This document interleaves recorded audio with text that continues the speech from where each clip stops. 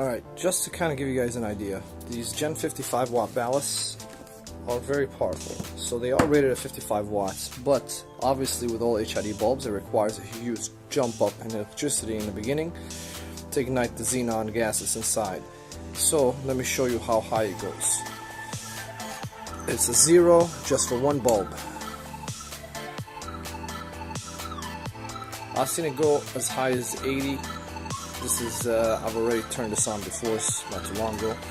And then it goes right back down to around that 55 mark.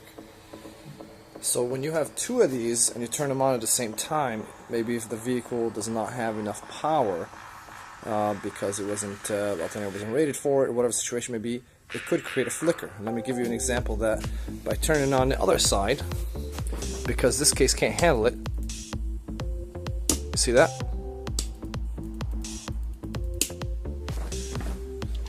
Because essentially if they were both cold, they would jump up to over 80 watts.